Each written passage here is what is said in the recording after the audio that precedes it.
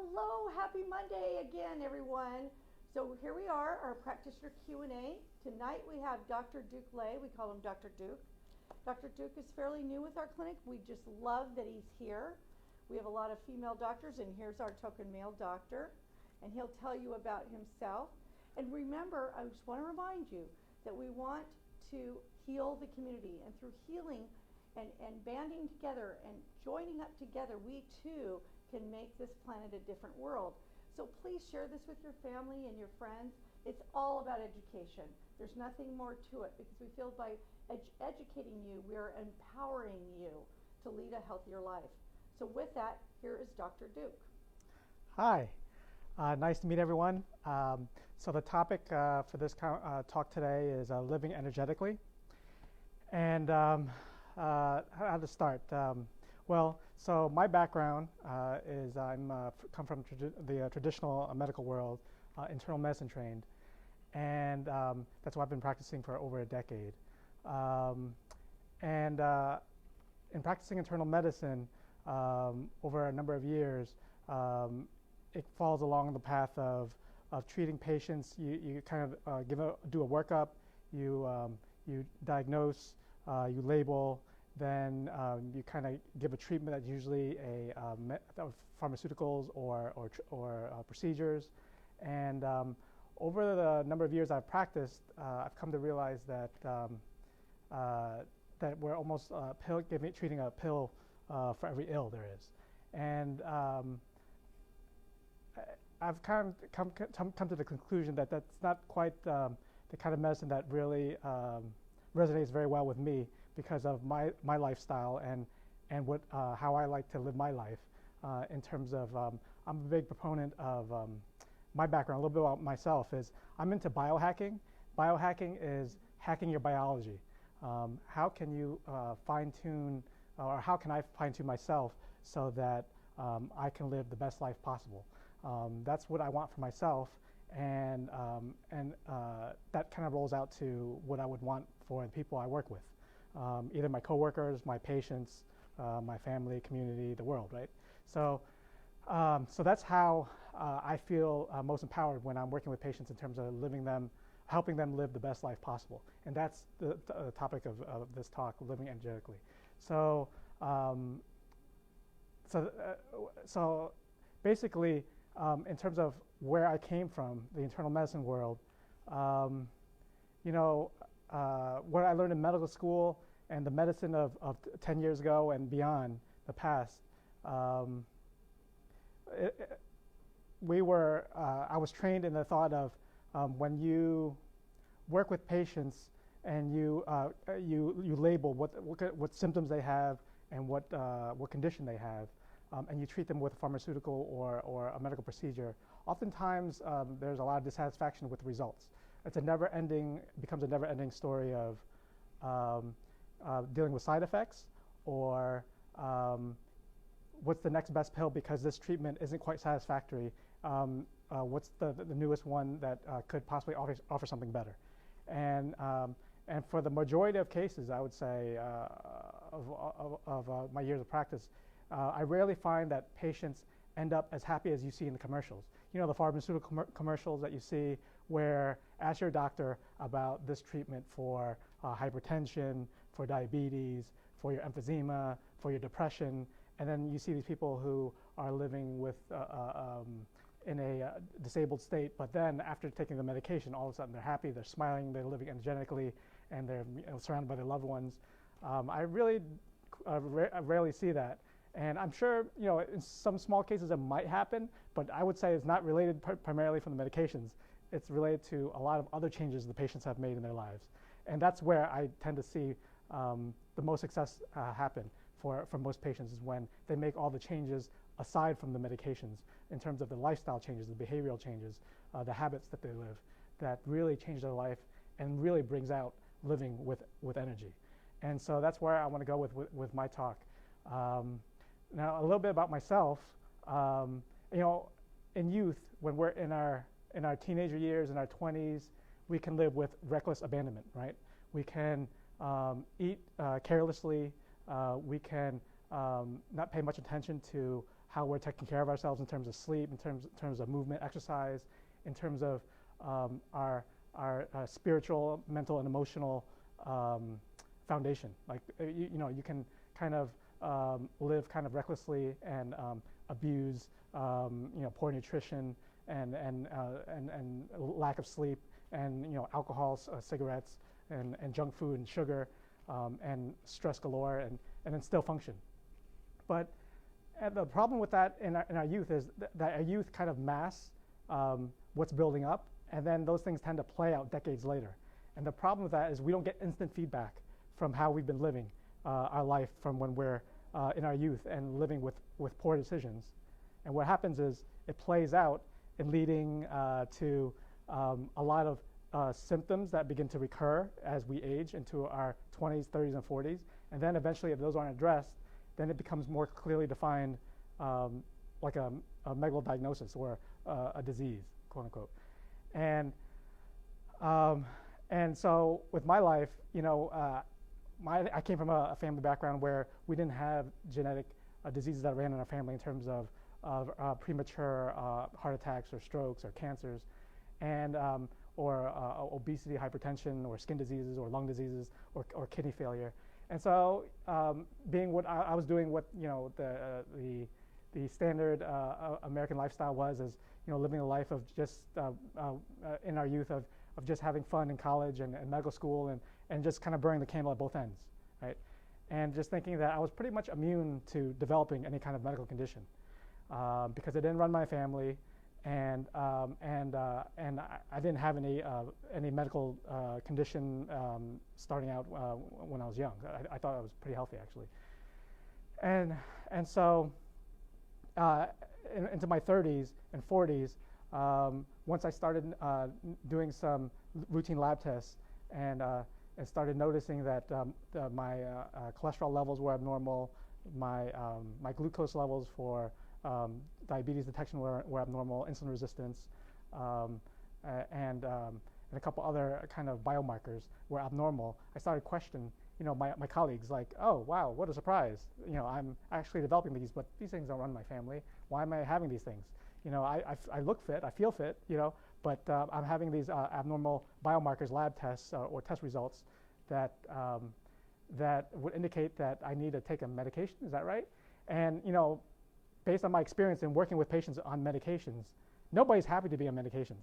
You know, people ask for medications because they want to fix a symptom or a medical condition that they have, but they ask for that in the belief that it's going to treat appropriately the symptom or the medical condition, but it never satisfactorily does. And so with that being ingrained in my head from working with patients every day for many years, I didn't want to be on a medication because I saw no end to it. And so it made me really think, well, you know, if my colleagues are telling me that, oh, just take this cholesterol medication or this diabetic medication or this blood pressure medication, and then you'll be fine. Well, you know, in the medical literature, the goal of all these medical studies is to, when you take medications or have surgical intervention, is to decrease morbidity and mortality. What does that mean? That means to decrease your disability or chance of death. That's the end goal of medical treatment with pharmaceuticals and surgical intervention, is to minimize the chance that you'll end up having a disability or death. Now, to me, that's like far away from living energetically. That's like a baseline of survival. And I really didn't see myself wanting to really just be living at a baseline of survival. I want to be living the best life possible. And so living on relying on medications, is that related to living the best life possible? Not really. So that's when I started looking into lifestyle changes. And lifestyle changes, when you start doing research about lifestyle changes, then you start hearing about integrative medicine, preventative medicine, functional medicine, alternative medicine. And then as you start looking into it, there's a lot of science there, and it begins to really make sense that when you look at a symptom that a person has that is recurring, and you don't address it, it eventually turns into a disease. And in order to properly address recurring symptoms or a medical condition that people develop, it's a series of things that led to those recurrent symptoms, a series of system dysfunctions in a person's biology that led to recurring symptoms or led to a chronic recurring medical condition.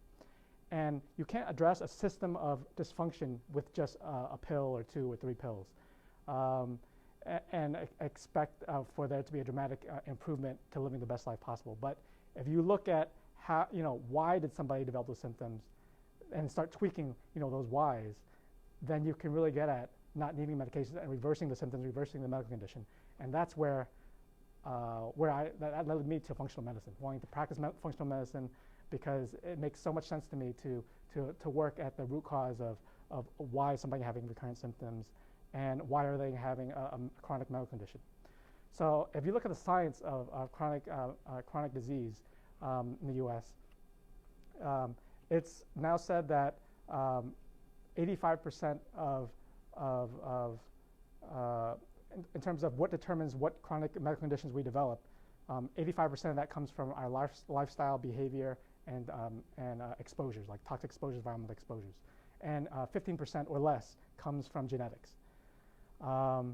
That is very different from the belief 10 plus years ago where it was thought it was all genetics. You have a set DNA that you're born with, and that if you can map out what disease you're susceptible to, then that's what you're going to get. But now the research in the last 10 years is more around the term of epigenetics. How does your environment and behavior influence your genetics and what plays out in terms of what medical conditions you have and how your health ends up ultimately playing out. And that's where living the best life energetically possible comes into play, of really modifying and looking at those factors, behavioral lifestyle factors. So that's where I'm coming from. Are you guys following on? So awesome to hear you check in. Awesome. So the things that I'd like to kind of talk about, like every patient that I see, there's a set number of things I keep on repeating myself over and over, and I wish I had more time in every patient visit. I'd like to make a recording, a video, and just have all my patients just watch this about sleep, exercise, nutrition, stress management. And so I guess I'll use this forum as, this is what I wish every patient would really focus on. And then, no matter what state of health you're in, whether you're pretty healthy, but you just need some tweaking, or all the way to you're with some severe chronic medical condition and you're looking for a lot of help and you're on a lot of medications, whatever spectrum you're on, all these tweaks in terms of your lifestyle will dramatically have a huge impact in how you're feeling and your success in dealing with the symptoms or the medical condition that you're working through. So I'd like to go through the things that I would wish for every person to really give a lot of thought about in their life. It's the things that I think about every day, and I apply to my life, and I would want the same for the patients that I want to live the best life possible. And this is to live energetically. So let's start with nutrition. So I'm not a nutritionist, but in as much learning as I've done with nutrition and learning about how that can affect our health and how can that affect our health and what plays out over years. There's a lot of good information out there. We live in an age where there's too much information, right? So in terms of the information that I've been able to kind of hone in on and focus on as the most effective bang for your buck of what I would wish for most patients would really start off with before they go into different details. There's so many different diets out there, okay? You can go look at, there's the Atkins diet, there's the vegetarian, you could be the Mediterranean diet, the heart healthy diet, the diabetic diet, low carb diet. And I'm not going to argue that one diet is better than the other. I just want to talk about, because for every different person you ask, everybody will have a different success with a different diet, and I'm not going to take away from that. I think everybody has a different makeup in terms of the genetics, their biology, and also the influences of their life that make certain nutritional plans more appropriate for them than others. All right. But one thing I'd like to mention is that if you look at all a lot of, I would say probably all the nutritional ideas out there, or diets out there, if you want to call it diets, for lack of a better term right now, that all of them, the thing that they all have in common is they talk about decreasing your sugar intake. I can't think of one diet that talks about it's okay to liberally eat as much sugar as you want. All of them talk about really cutting back on sugar intake. And the other thing they all talk about is increasing your fiber intake from vegetables. That I would say that's pretty much common in all the diets. And I would say that that's really key. That's important. And as important as it is, okay, stick with whatever your diet is that you feel happy with, that you're most attracted to, that you're working on, and you feel is working for you. But if you want some fine tuning, really focus on those two things: how much fiber intake you're taking daily, and also how much sugar intake you're taking daily. Because the sugar intake can be a very sneaky thing. With processed foods and and fast foods and carbs that we have, that is pretty easily accessible, and it's pretty cheap for us to get anywhere. It's pretty easy to sneak in the refined sugars into our intake, into our diet every day, and be way above levels that are healthy for our bodies. So let me go into a little bit about the negatives of sugar, of why it's bad for us. Science shows that when people eat refined sugars, it lights up the part of our brain, the same parts of our brain that when you take drugs like cocaine and heroin, it lights up that same part of your brain when you eat sugar. And so that's why with sugar, it becomes an addiction. And what sugar does is it causes you to not feel satiated with, say if your meal is, if you eat, say, a 800 calorie or 1,000 calorie meal, okay, and it's primarily starches, vegetables, and protein, and that's 1,000 calories. Or you eat another meal that is primarily highly processed and a significant amount of sugars in that meal. The meal that is highly processed and high in sugar content is going to make you feel like eating even more beyond that meal than just the meal that was more whole foods, vegetables, protein, and starches. So sugar has an addiction component where it makes you want to eat more than you really need for your body. So it causes an overeating. And so that gets into insulin resistance and how insulin resistance and insulin is bad for your body. So what sugar does, there's many different aspects of sugar that I could talk about and how the damages it causes to our health. But let me hone in on one. So with sugar, the way our body processes sugar, our body uses it for energy. Glucose, sugar, gets from our bloodstream into our blood cells. And the way it gets into our blood cells is through our hormone called insulin. And insulin is what we all need to be able to use sugar as an energy source to pull the sugar out of our bloodstream into our blood cells. Now, what happens over time as you keep on eating high content of sugar is that over time you become insulin resistant because your body, with constant, every time you have a high load dumping from eating a highly refined sugar content, with high sugar levels in your blood, insulin is constantly being pumped out by your pancreas, the organ in your abdomen, that it pumps out the hormone insulin to clear the sugar from your bloodstream. Now, every time you get those spikes of high sugar levels or glucose levels, the insulin. Please call 4141. The insulin is pumped out by your pancreas, and that insulin that's pumped out by your pancreas each time is responsible for helping the sugar get cleared out. But in time, as you keep on having these high spikes of sugar into your bloodstream, and then your body has to keep on pumping out these high spikes of insulin into your bloodstream, over time, your body needs higher and higher amounts of insulin to get the same amount of sugar into your blood cells. That's called insulin resistance. Now, the problem with that, is that, okay, the question would be, well, what's wrong with that? The higher amounts of insulin that is being pumped by your body over time is still clearing the sugar into your bloodstream, so that should be into your blood cells. So that's okay. What's the issue with that? Well, insulin is a highly inflammatory hormone that when you have high amounts of insulin around your body, more than you should in terms of high insulin levels from insulin resistance, then you develop inflammation in your body. Inflammation that leads to a lot of these nebulous symptoms that people complain about, migraine headaches, tension headaches, arthritis. It flares up all these conditions, fibromyalgia, and it adds into depression. All these conditions that people develop, and a lot of it is tied, I would say a huge proportion of it is tied to insulin resistance.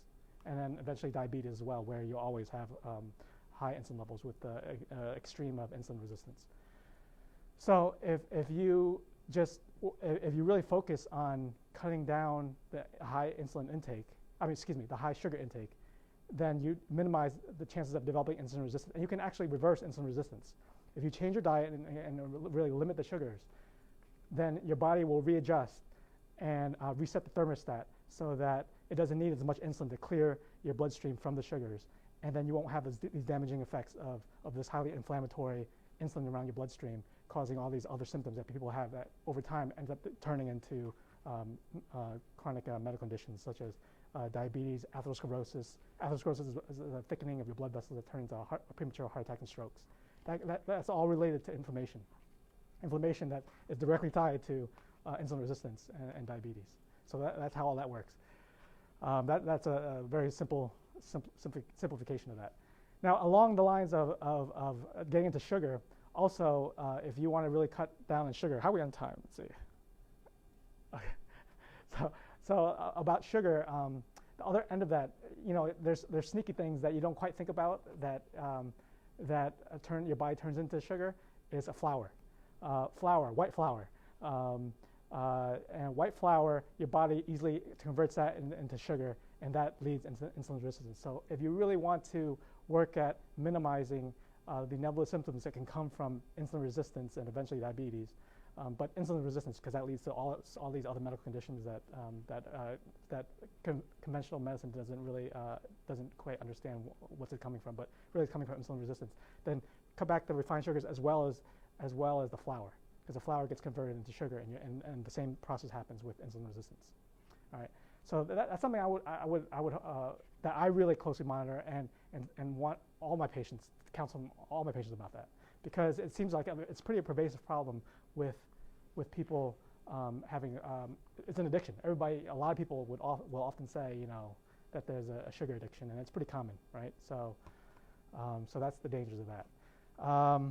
The other thing I would like to talk about is the microbiome, gut health. That's the other part that I would like to draw attention to for all of my patients, because that has a significant impact on what happens to our bodies. So the microbiome, gut health, that's been in the media lately, I think, in the recent years. And if you've heard of probiotics, that is directly related to the microbiome and gut health. Gut health, your GI tract, intestine, small intestine, large intestine. So the microbiome is the flora, or community of good bacteria, and it balances out the bad bacteria. There's good bacteria and bad bacteria that live in your intestine and intestinal and colon lining. And that community of bacteria, that's good and bad bacteria, they help break down the food that you eat and to help your body extract the micronutrients that you need to be healthy. So you need a healthy microbiome in order to properly digest food and absorb the nutrients. And this comes back to when we're first born. When we're first born as an infant, when you are vaginally delivered, you get implantation of the mother's through your vaginal delivery through the GI tract of the infant, and it actually seeds the GI tract of the infant. And then breastfeeding is one of the best probiotics. And then the breast milk and the seeding of the GI tract through a vaginal birth delivery, that leads into seeding the microbiome into a healthy microbiome. Now, so that was not very clear for many years, I think until maybe the last 5 years, where now I think in the delivery rooms, they're beginning to actually swab for babies that are born through cesarean section. They're taking a swab of the vaginal mother's external genitalia, vaginal canal, and swabbing it to the mouth of the newborn to help seed the microbiome properly to help the infant for the rest of their life. Because that seeding of a healthy microbiome is as I want to get into if we have time, is that if it's not seeded properly, and if it's not, it's kind of like developing healthy soil. If you develop healthy soil, think of your microbiome, your GI tract, as you're wanting to cultivate healthy soil for the rest of your life. If you have poorly cultivated soil that is in poor condition the rest of your life, you're going to develop all kinds of autoimmune diseases. Autoimmune diseases meaning like multiple sclerosis, thyroid disease, diabetes, atherosclerosis, these rheumatoid arthritis, emphysema, asthma, psoriasis, skin conditions, all these conditions, autoimmune diseases. There's now, the science shows that there's a big connection with what's happening with our GI tract. Okay, so there's a lot of science behind, with the proper seeding and maintenance of our GI tract. If you pay attention to keeping it healthy and eating the right foods to keep it healthy, then actually it lowers the incidence of developing the cancer, the atherosclerosis, the heart attack, strokes, diabetes.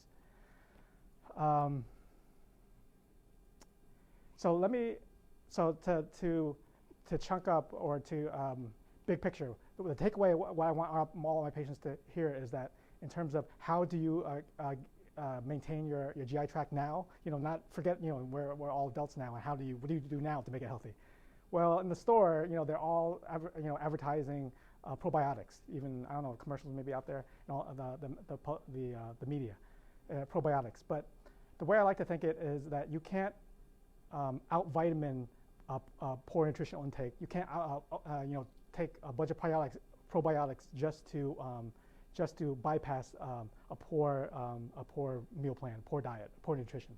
You have to really look at changing your diet so you have the proper diet, and then probiotics help when you need it in an emergency, like when you're sick, when there's an acute event of illness. That's when probiotics are appropriate. But using probiotics to try to fix a chronically poor diet plan, it doesn't work, and it's not going to help you become healthy and live the best life possible and the most energetically possible. So if you want to live the most with energy and the best life possible and maintain your health or reverse the conditions of symptoms, recurring symptoms, or chronic medical condition that you have, you want to take a look at your microbiome and what you're eating. And the way you really help fertilize a really healthy microbiome has to do with the fiber. The good bacteria in your gut lining really flourishes with fiber, and the fiber is coming from vegetables. And science shows that people who eat a meal plan diet of at least 7 servings of vegetables a day end up having dramatically decreased incidence of having any kind of cancer, premature heart attack, or stroke, like up to, I think it's 35 or 40% decreased chance of having that when you eat at least 7 servings a day of vegetables. And so, science shows that, and unfortunately, traditional medicine doesn't emphasize that when you see your doctor. Unfortunately, you do hear from your doctor, well, you need to eat more healthy, you need to exercise more, you need to sleep more, but if you don't do that in 3 months, we'll start you on a pill. Well, the doctors don't really get much training, I think, or emphasis on how to help encourage patients to really change their nutritional habits. Because it really comes down to education, as also how to educate somebody how to change their behavior, which is not easy, changing behavior. There's a whole science behind changing behavior, and it takes a lot of visits, a lot of time. And that's something that doesn't come in the form of a pill, changing your habits and changing your behavior. And so that's why I think working with a nutritionist and working with a functional medicine practitioner, integrative practitioner, somebody who really focuses on preventative care, that's where you can really reverse chronic diseases or prevent diseases from occurring. when you really work on focusing on how do you change your daily habits and your behavior and lifestyle so that you're eating right. So you're fertilizing your gut, minimizing the sugar intake, and you're treating your microbiome to the best way possible. Do you guys have any questions so far? Well, we were sprinkled throughout, but I didn't want to interrupt. No, of course. I'm going to take some questions, maybe. I mean, if you guys have any questions, you're more than welcome to ask. I do have a Yeah, question. sure. Do you deal with testing for intestinal permeability? Yes, yes. That was my primary concern. Yeah, so for intestinal permeability, there are different tests that actually conventional doctors can do, but I think maybe they might not be aware of that. That might be covered by some insurances, lab tests that you have to. It involves lactulose and certain. It's a very simple test that involves you drinking a certain product and then measuring your urine and doing a lab test, a urine test, and seeing what's absorbed and what's not absorbed. And that can be done within a day.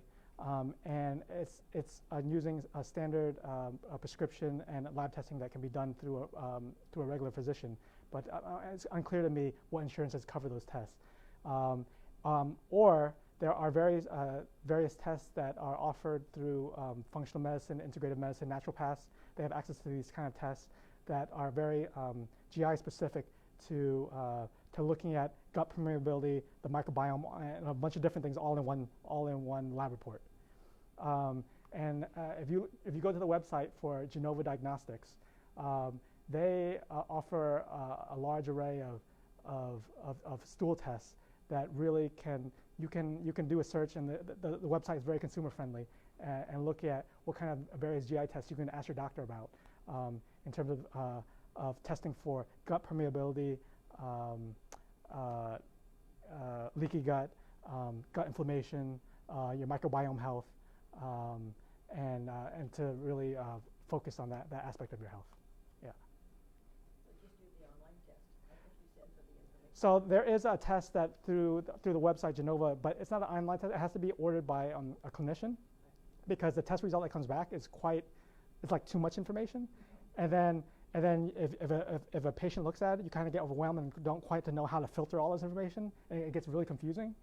And then so you have to have a clinician who's used to looking at it that can kind of take out the noise, because for every patient it's different in terms of what noise needs to be filtered out depending on your history and what problem you're presenting and symptoms you're presenting with, right? So that's why you need a clinician to look at the results, to kind of work through with it, to help interpret it, to come up with an action plan. Yeah. So what would be a couple of your top tips, assuming we all have some intestinal permeability, which we pretty much do, I'd say, with everything, like glyphosate and everything. Yeah, yeah. What are some baby steps to start healing the gut before you get through and get all the tests, so we can start mending? So the generic biggest bang for your buck in terms of healing the gut, well, it goes back to number one, looking at that you have the healthy diet of the fiber, so that the microbiome. Because if you have a healthy microbiome, that starts healing the gut. That heals gut inflammation. That also heals leaky gut, and that improves the microbiome so that you extract from your food all the nutrients that you're supposed to extract. So number one is making sure that you're eating at least 7 servings of vegetables daily. All right, and then two, you can start going into different products that.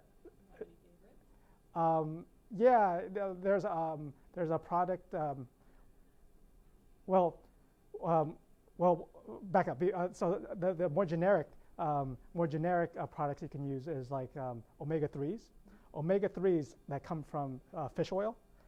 Those really heal gut inflammation as well as help heal leaky gut as well.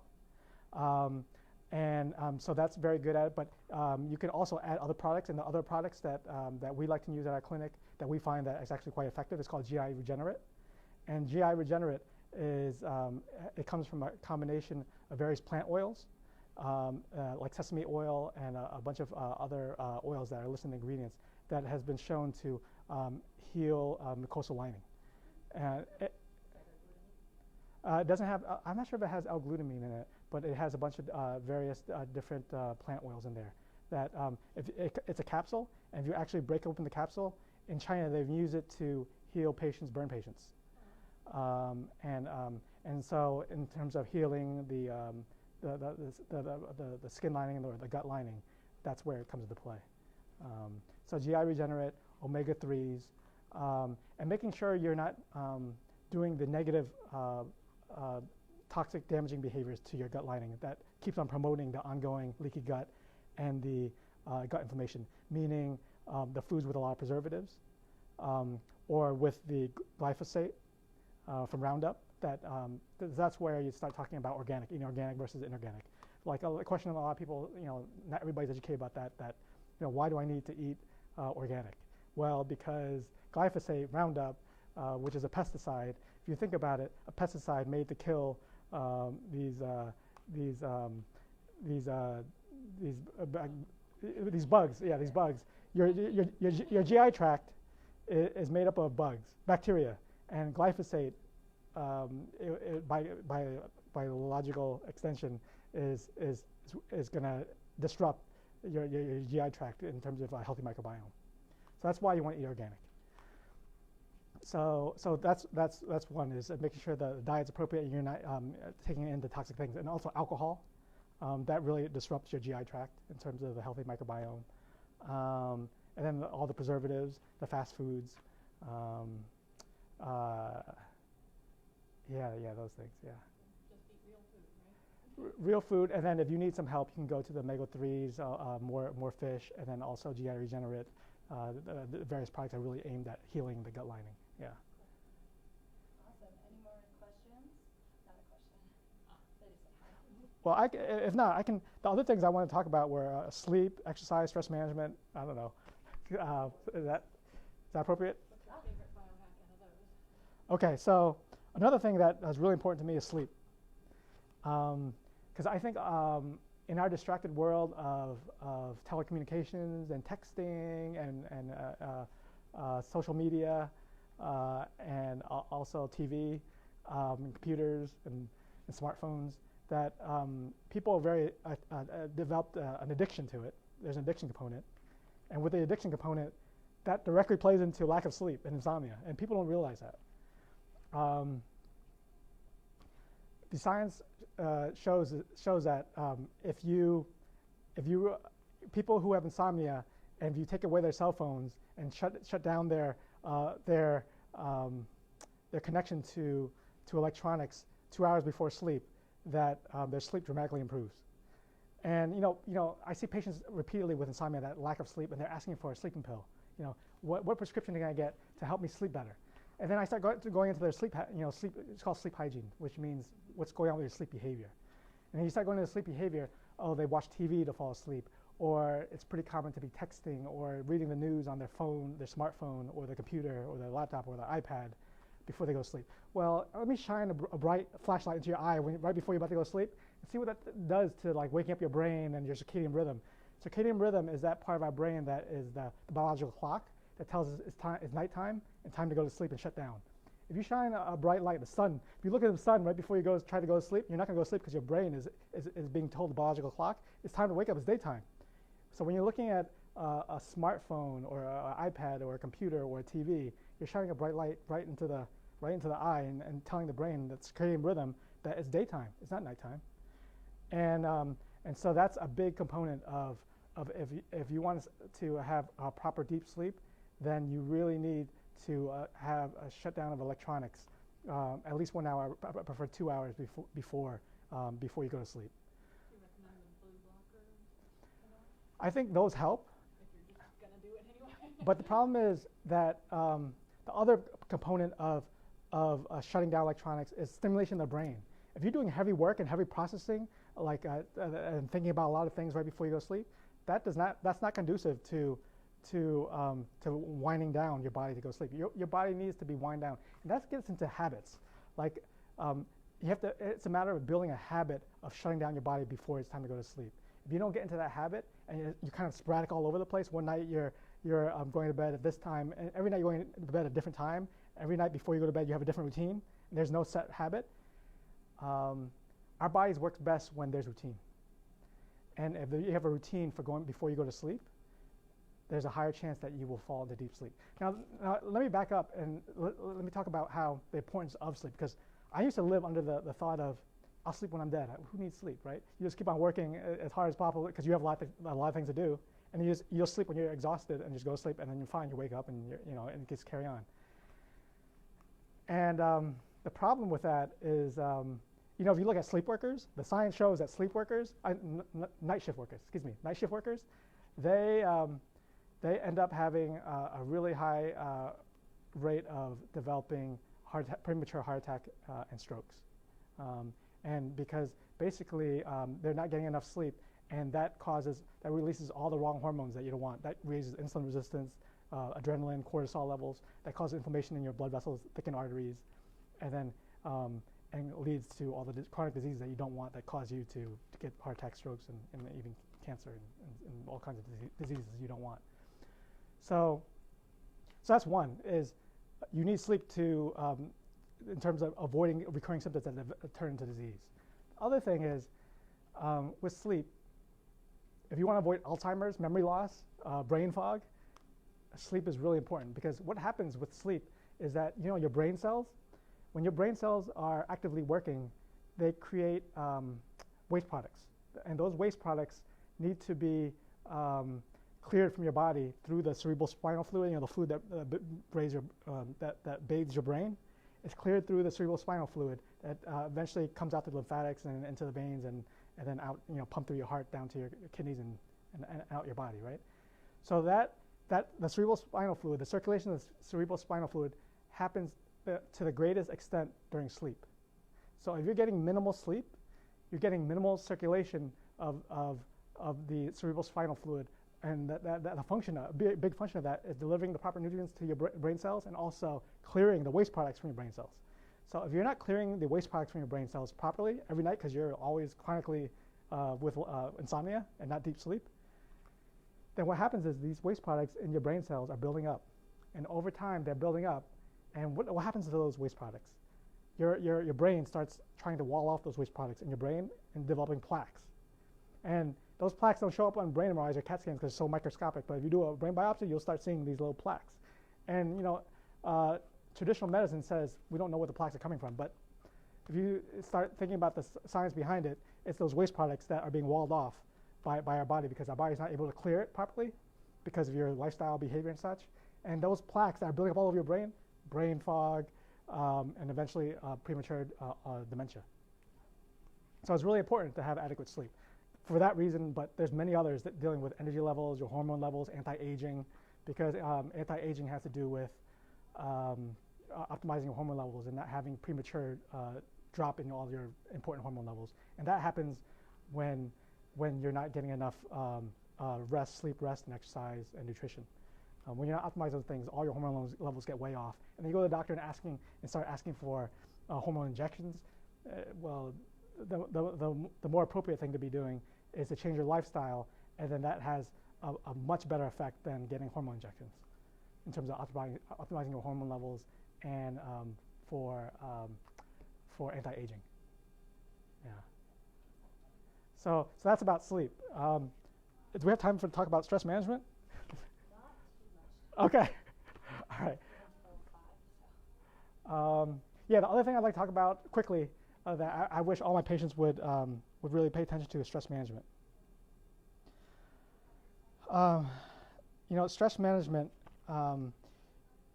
it's pretty common in terms of hearing from people, that they're living very stressed lives and they don't know how to manage it well, and they're asking for a pill to manage their stress, anxiety pill.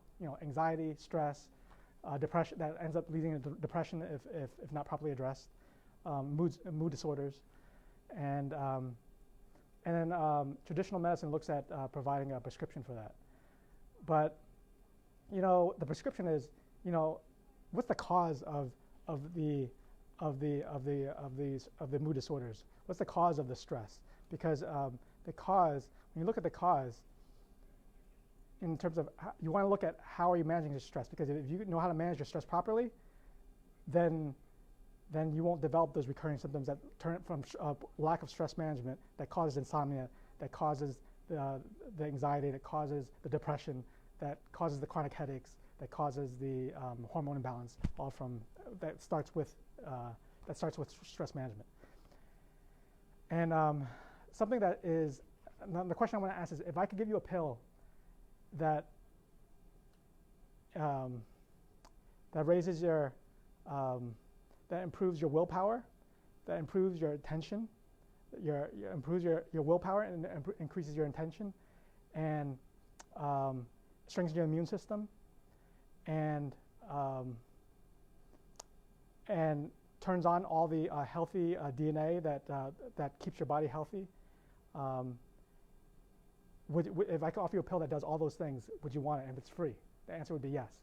And it's something that's available to everybody, and it's called meditation. Meditation daily does all those things. It improves your attention span, improves your willpower, and it strengthens your immune system, and it turns on all the right proteins in your DNA that keeps your body healthy. And I talk to my patients about, I'll mention it, the patients that talk to me about anxiety, about stress management, and the common answer is, I don't know how to meditate, or there's no way I can settle down to meditate. I can't even think of doing something like that for 5 minutes. Well, prayer is very similar to meditation. So, either one, it works because we live in a world of sympathetic overdrive. Sympathetic overdrive, it gets into the terminology of thinking about living in, do we live in that state of response of, fight or flight? That's a stress response. When you're living in a state of fight or flight, a stress response, that's in that state of stress, of fear, of some danger happening. And that's when you don't get proper sleep. That's when you don't digest properly. And that's a big component of improper digestion, your microbiome, gut health, is stress management. And that's why stress management is really important. Because if you don't manage stress properly, it affects, actually you end up having poor pancreatic function, because the there's when you're stressed, there's fight or flight, but when in order to digest properly, it's called rest and digest. Rest and digest, and that's parasympathetics, the part of our nervous system that needs to function properly in order to digest properly, and that involves stress management. So when you learn how to appropriately de-stress, that's when you can sleep properly and digest properly.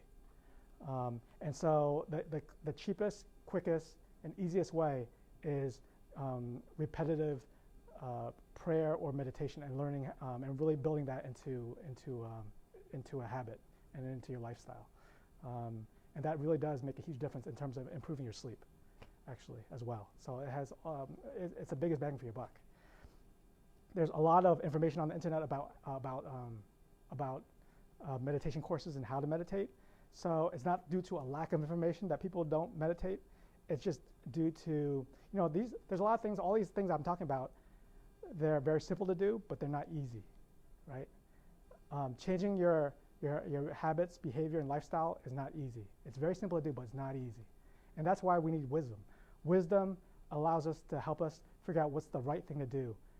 And that's why we go to medical practitioners who can guide us with wisdom from their experience, from their education, to really guide us in terms of, instead of being lost and overwhelmed with the sea of information that you can get lost in the wrong direction on the internet. All right. So that's the biggest bang for your buck in terms of stress management, is meditation or prayer on a consistent basis. And there's equipment that you can use actually to help measure and fine-tune. Yeah, there's various apps. There's something called heart rate variability, things that measure that attach to your finger or to a headband, and it measures heart rate variability, HRV. If you Google that online, that's often associated with meditation practices, and that's like using biofeedback. That will give a measure. That gives a measure of your parasympathetic state, how relaxed you're becoming, and how effective you're becoming at your meditation. So you can get actually feedback that's telling you if you're improving or not from one day to the next, using biofeedback, using various little simple machines that you could buy for consumers can buy to measure heart rate variability. There's something called heart math. If you want to look at a product, heart math is something you buy. You can buy online as a consumer. That it's aimed at helping you improve your meditation and rest and relaxation, and that works towards stress management. If you work on that, biggest bang for your buck for improving your GI tract, your sleep, your health.